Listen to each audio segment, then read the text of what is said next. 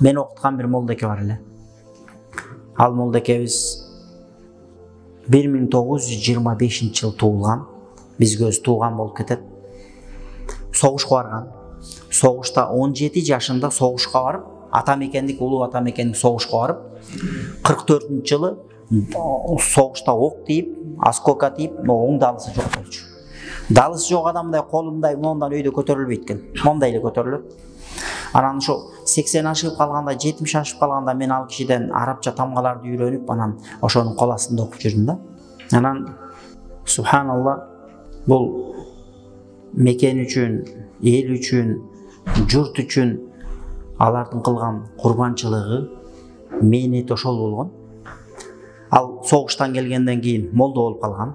Эптеп арабча үйрөнүп, бир күн айтат, ал киши жөн эле дем салып берет экен. Дем салып берем дейт. Анан бир күнү бир атактуу молдо ооруп атыптыр дейт. Молдо деле ооруйт да. Врачтар деле ооруп калып атпайбы. Анан тиги молдеке али молдо боло элек, бирок мен анча дем салам дейт, элге демим конот дейт. Эмим конот, жакшы болуп кетет дейт. Анан мен өзүм ниет кылдым дейт. Буйруса ушул молдону мен айыктырам дедим дейт. Анан бардым да анан Куран окуп дем салсам, баягы молдо башын чайкайт дейт, минтип. Көрсө мен окуган Курандын баары ката экен дейт. Анан баягы молдеке айтат экен да, Кудай көрсө ушул баладан жакшы болом. Курандыгы ката окуп атат, бирок ниети жакшы дейт экен да. Анан кийин баягы ошол молдо жакшы болуп, анан баягы молдекеге, чоң атабызга неме жазып берип, Куран араб тамгаларын жазып берип, анан ошондон бери араб тилин окуп, анан үйрөнүп, анан молдо болуп калган да. 98-жылдары болгон окуя да бул окуя. 98-жылдары. Анда мондай көрүнгөн жерде ар бир айылда азыр 5тен мечит болуп кетти. Көрүнгөн жерде мечит жок.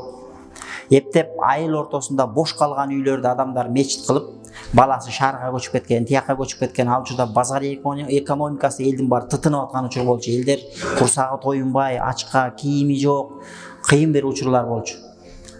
Анан ошол кезде аксакалдар жанагындай эле. Биздин айылда ошондой эле да. Аксакалдар келет, орозо кармайт. Орозо кармайт дагы, кимдин үйүндө ооз атса, ошонун үйүндө тарайх намазын окуйт. Мечит жок эле ал кезде. Хатым деген жок. Ал кезде ким алам таракайдан ылдый көздөй 10 сүрөнү билсе, чоң молдо болуп эсептелчү. Мен көргөм, 10 сүрө билген адамдар райондук имам хатип болчу. Райондук имам хатиптин кызматын кылат эле. А болсо 10 сүрө деген бул айла жоктун иши экен да. 10 сүрө эмес, адамдар келмени айт десе бисмилла бисмилла деп, келме ла иляха иллаллах Мухаммадур расулуллах экенин эл билбей калган учур болчу. Анан ошондо келип, анан 96-жылы биздин айылдан дагы бир молдекебиз бар. Ошол киши бул жака келип, Бишкекте азыркы Ислам университетинде 2 жылдык имамдык курс бар экен.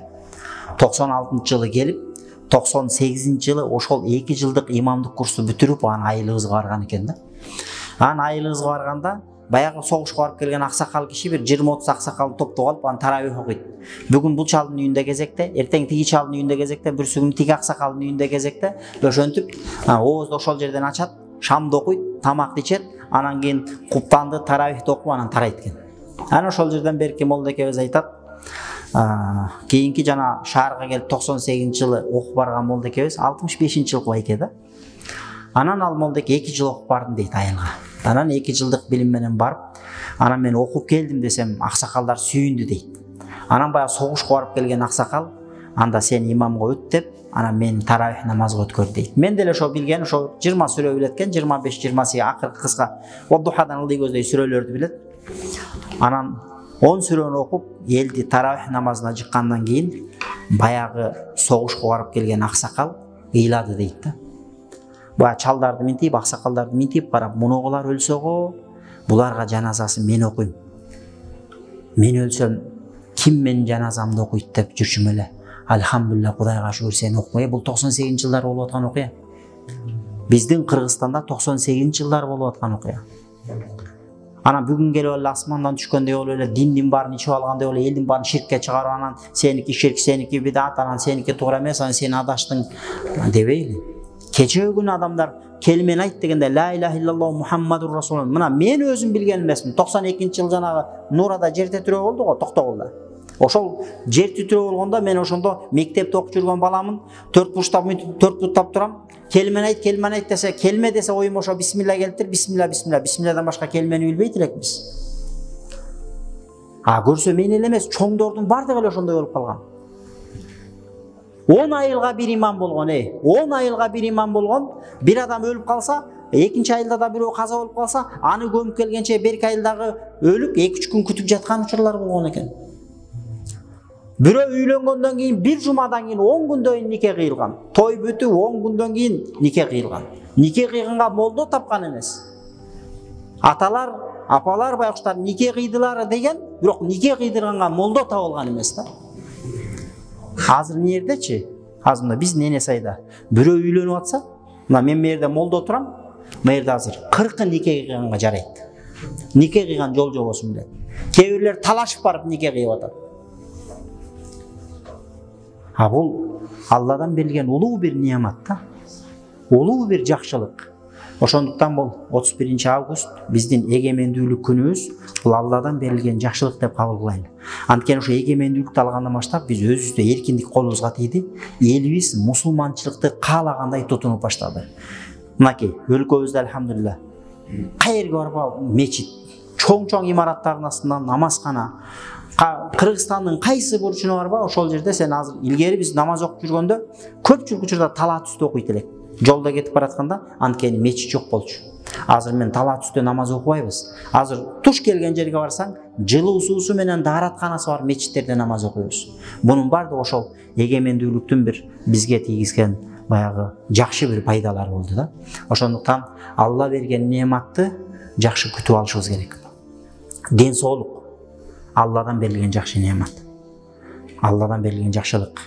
Үйүңдөгү аялың, балаң, кызың, атаң энең, бир туугандарың, бүт бардыгы Алладан берилген жакшылык. Мундай сонун бир өлкөдө жашап калуу, бул да Алладан берген улуу бир неамат.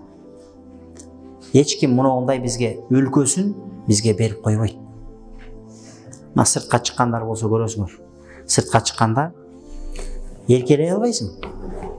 Сен аякта коноксуң.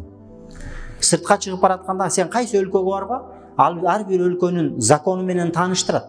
Сен Кыргызстандагыдай эле барып туруп аякка барып кылык кыла турган болчу болсоң, колуңду кайрып туруп, жеркеңди толгоп туруп барып туруп, тиги түрмөгө тыгып салышы мүмкүн.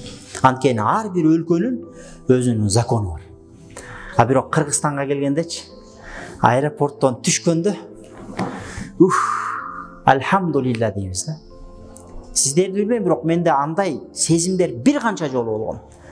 Кыргызстанга келгендечи, урса да, соксо да, тепсе да, сөксө да, өзүмдүн жерим, өзүмдүн элим, өзүмдүн мекеним деген бир сезимдер бар. Бөлө келип бөтөн жерде жаман болот. Биз окуп жүргөндө бир жолу 2 казак бала авария болуп өлдү. Казакстандыктар. Балдардын баарын өңү боп-боз. Биз окуп жүрөбүз да Арабияда. Кыргызы да, казагы да, өзбеги да, тажиги да, уйгуру да бүт бар, өңдөрү боп-боз. 2 казак өлгөн үчүн ошол жактагы чет өлкөдө жүргөн, ошол биздин Эсенг өлкөлөрүнөн барган студенттердин баардыгынын өңдөрү боп-боз, бүт баарына кайгы түшкөн да. Азыр Кыргызстанда жүрөсүң. Коңшуң өлүп атса деле коңшуң өлүптүр деп коесуң. Бирок мекендин, жакын адамдардын кадыр баркы ошондой сыртка чыкканда билинет экен да. Ошондуктан алхамдулилла, бирөөлөр бар, ошентип сыртка чыгып кетип, кайра кайтып келер жайы жок. Биз алхамдулилла, мынакей миллиондон ашык кыргыз чет өлкөдө жүрүп, кыргызстандыктар. Бирок бардыгынын көкүрөгүндө бир күнү болбосо бир күнү мен кайтып келем, менин ал жакта элим бар, жерим бар, менин өлкөм бар, менин бир туугандарым бар деген бардыгынын көкүрөгүндө сонун бир жакшы бир үмүт бар. Ошол үмүт адамдарга жашоо берет.